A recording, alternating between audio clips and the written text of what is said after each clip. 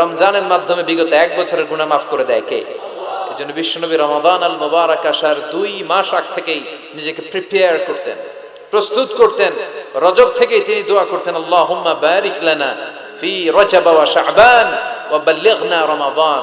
আল্লাহ তুমি রজব শাবানে বরকত দাও, রমজান মাস আমাদেরকে পৌঁছিয়ে দাও। পড়েন আমিন। এখন যে মাসটা আমরা কাটাচ্ছি কি মাস? এই মাস থেকে বিশ্বনবী নিজেকে প্রিপেয়ার করতেন।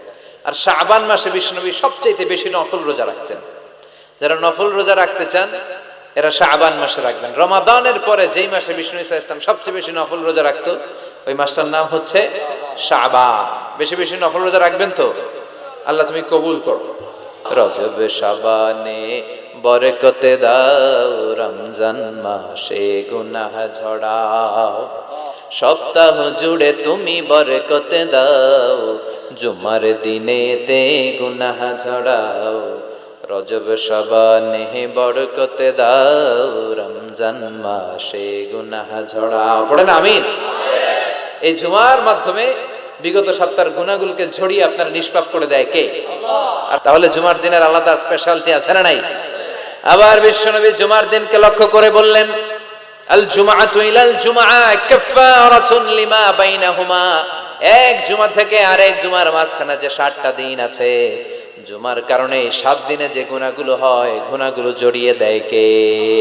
এই জুমার দিনের মর্যাদাটা আল্লাহ তাআলা সর্বপ্রথম ইহুদিদের দিতে চেয়েছিল। কাদেরকে? কথা বলেন। ওরা এটা নেয় নাই। ওরা নিজেদের জন্য শনিবারকে ওদের অ্যাসেম্বলি ডে বানিয়েছে। ওরা বলেছে না, আমরা শনিবারে ইবাদত করব। এই দিনটা আল্লাহ তাআলা নাসারাদেরকে দিতে চেয়েছে, তারাও নেয় নাই। তারা রবিবারকে তাদের ইবাদতের দিন হিসেবে চুজ করেছে। অবশেষে আল্লাহ তাআলা আমাদেরকে এই দিনটা দিতে চাইলেন, আমরা কোনো কথা ছাড়াই গ্রহণ করলাম আর ধন্য হয়ে গেলাম। ফাগাদান লিল ইয়াহুদ ওয়া বা'দা গাদিন লিন নাসারা। জুমার দিনটা আমাদের দিন, গাদাল মানে তারপরের দিন শনিবার হচ্ছে ইহুদিদের জন্য, আর রবিবার হচ্ছে খ্রিস্টানদের জন্য। আর আমাদেরকে জুমার দিন দিয়ে খুশি হয়ে গেলেন কে? আবার বিশ্বনবী বললেন, জুমার দিনটা এমন দিন, এই দিনে আল্লাহর পক্ষ থেকে বিশেষ ফেরেশতারা মসজিদের সবগুলো দরজার মধ্যে দাঁড়িয়ে যায় এবং জুমার নামাজের আগ দিয়ে খতিব সাহেব আসার আগ পর্যন্ত লিখতে বসে যায়। কে কে মসজিদে ঢুকে নামগুলো তারা কাউন্ট করে, এন্ট্রি করে। সর্বপ্রথম জুমার সালাত আদায়ের জন্য যে মসজিদে ঢুকে, আল্লাহর রাস্তায় উট কুরবানি করলে যেই সওয়াব, ওই ব্যক্তির আমলনামায় আল্লাহ ওই সওয়াব দান করে দেয়। সর্বপ্রথম জুমার দিন যে মসজিদে ঢুকে ফালাহুল বুদনা, তার জন্য থাকে একটা উট কুরবানির সওয়াব। ওনার পরে যে ঢুকবে ফালাহু বাকারা, তার জন্য গরু কুরবানির সওয়াব। 3 নম্বরে যে ঢুকবে ফালাহুল কাবশা, তার জন্য ছাগল কুরবানির সওয়াব। 4 নম্বরে যে ঢুকবে তার জন্য ফালাহু আদ-দাজাজা, মুরগি কুরবানির সওয়াব। 5 নম্বরে যে ঢুকবে তার জন্য আল বাইদা, ডিম কুরবানির সওয়াব। সুবহানাল্লাহ পড়ে। এরপরে ইমাম সাহেব যখন খুতবা দেওয়ার জন্য চলে আসে, ফেরেশতারাও বসে যায়, খুতবা শুনতে শুরু করে। সুবহানাল্লাহ পড়ে। তাহলে এই জুমার দিনের আলাদা সিগনিফিকেন্স আল্লাহর কাছে আছে না নাই? বেশি না কম? আলহামদুলিল্লাহ যে এই দিনটাকে আমরা ছুটির দিন হিসেবে পেয়েছি। 1984 সালে তৎকালীন প্রেসিডেন্ট হুসাইন মোহাম্মদ এরশাদ সাহেবের নাম শুনছেন? হ্যাঁ, উনি এটাকে রাষ্ট্রীয়ভাবে জুমার দিন হিসেবে ঘোষণা করেছিলেন। ওনার কল্যাণে আমরা এই দিনটাকে স্টিল নাও, এখনো পর্যন্ত এটাকে আমরা ছুটির দিন হিসেবে পেয়েছি। উনি ইসলামের জন্য অনেক কাজ করছেন, আবার স্বৈরাচারীও করছেন। তো ভালো খারাপ নিয়েই মানুষ, ঠিক কিনা? খারাপটার আমরা না বলি। আল্লাহ তোমার এই বান্দার এই ভালো কাজটাকে তুমি কবুল করো। পৃথিবীর অনেক মুসলিম দেশেও এই শুক্রবারকে, এই জুমাবারকে তারা ছুটির দিন রাখতে পারে নাই। ইভেন মালয়েশিয়া, ইসলামের জন্য তারা অনেক কাজ করে, কিন্তু তাদের সাপ্তাহিক ছুটির দিন হচ্ছে রবিবার। সানডেতে তারা উইকেন্ড পালন করে। এর কারণ অনেক খ্রিস্টান দেশের সাথে ওদের ফিনান্সিয়াল এন্ড কমার্শিয়াল ট্রানজাকশন হয়। তো শুক্রবারে যদি এই কাজ করে, জুমার দিনে যদি এই কাজ করে, আর রবিবারে যদি তারা করতে না পারে, তাহলে একদিন তারা পিছিয়ে যায়। এই ফিনান্সিয়াল ট্রানজাকশনকে ঠিক রাখার জন্য রবিবারে মালয়েশিয়াতে ছুটির দিন হিসেবে ঘোষণা দিয়েছে। কিন্তু বাংলাদেশে সাপ্তাহিক ছুটির দিন কোনটা? খুশি না বেজার? চিল্লায় পড়ে আলহামদুলিল্লাহ। এজন্য রব্বুল আলামিন বলেন, ইয়া আইয়ুহাল্লাযীনা আমানু ইযা নুদিয়া লিস-সালাতি মিন ইয়াউমিল জুমআতি ফাসআউ ইলা যিকরিল্লাহি ওয়া যারুল বাই', যালিকুম খায়রুল লাকুম ইন কুনতুম তা'লামুন। সুবহানাল্লাহ পড়েন। আল্লাহ ডেকে বলে, গোলাম ও আমার ইমানদার বান্দারা, আমার বিশ্বাসী বান্দারা, জুমার সালাতের জন্য যখন আজান দিয়ে দেয়া হয়, ফাসআউ ইলা যিকরিল্লাহ, আল্লাহর স্মরণের দিকে তোমরা ধাবিত হও।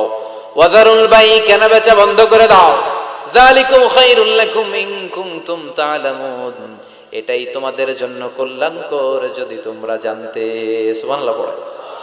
ও বিশ্বাসীরা, কারা? মানে আমরা, আমাদেরকে অ্যাড্রেস করে কথা বলছেন, ভাল লাগে না?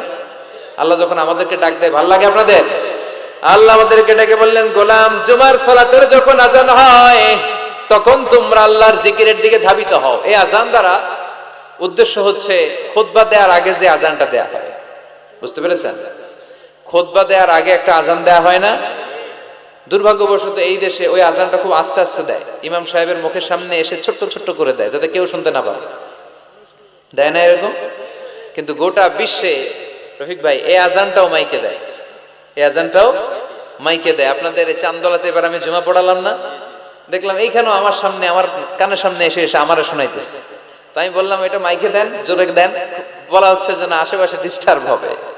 কিন্তু সুন্নাহ হচ্ছে আজান মানে অ্যানাউন্সমেন্ট, আযান বিমা'না আল ই'লান, অ্যানাউন্সমেন্ট, ঘোষণা। তো ঘোষণা আসতে দিলে হবে? কথা বলেন। এটাও জোরে দেয়া সুন্নাহ, এটাও আওয়াজ করে দেয়া সুন্নাহ। কি কারণে এদেশে দেয়? আল্লাহু আ'লাম, আল্লাহু আ'লাম। গোটা বিশ্বে আপনি দেখবেন, আপনারা যারা হজ উমরা গিয়েছেন দেখবেন এই আজানটাও মাইকে দেয়, জোরে দেয়, যাতে লোকজন তাড়াতাড়ি চলে আসে।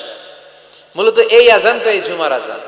এর 1 ঘন্টা আগে আমরা বাংলাদেশে যেটা দেই, এটা আল্লাহ রাসূল সাল্লাল্লাহু আলাইহি ওয়াসাল্লামের জামানায় ছিল না, এটা সাইয়েদনা আবু বকরের জামানায় ছিল না, ওমরে ফারুকের জামানায় ছিল না, এটা শুরু হয়েছে সাইয়েদনা উসমান যুন্নুরাইনের জামানা থেকে। তখন মুসলিম ওয়ার্ল্ড খুব বেশি এক্সপান্ড করতে শুরু করলো, বাড়তে শুরু করলো, মুসলমানদের সংখ্যা অনেক বেড়ে গেল, মসজিদে গিজ গিজ করে লোকজন জায়গা হয় না।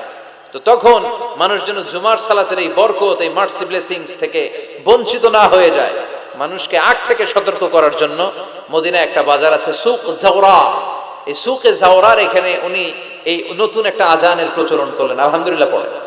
এটাও সুন্নাত, এটা সুন্নাতে উসমান। বিশ্বনবী বলেছেন, আলাইকুম বিসুন্নতি ওয়া সুন্নাতিল খুলাফাইর রাশিদিন আল মাহদিয়িন আদু আলাইহা বিন নওয়াজিস। তোমাদের উচিত আমি বিশ্বনবীর সুন্নাতকে যেমনি আঁকড়ে ধরা, আমার 4 খলিফার সুন্নাতকেও তেমনি মারির দাঁত দিয়ে আঁকড়ে ধরা। চিল্লায় এখন ঠিক কিনা?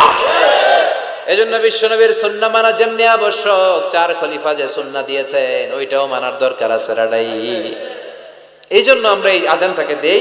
কিন্তু এখানে নুদিয়া লিস-সালাতি মিন ইয়াউমিল জুমআ দ্বারা যে আজানের কথা বলা হয়েছে, এটা প্রথম আজান নয়, এটা হচ্ছে খুতবা দেওয়ার আগে যে আজান, ওই আজান। আল্লাহ বললেন ওই আজান যখন দেয়া হয় আর থাকতে পারবা না। প্রথম আজান দেয়া হয়েছে, দেরি হয়েছে, গোসলের পানি নাই, ব্যস্ততা, দেরি হয়েছে, সমস্যা নাই। কিন্তু দ্বিতীয় আজান যখন দেয়া হয় তখন আর ঘরে বসে থাকা যাবে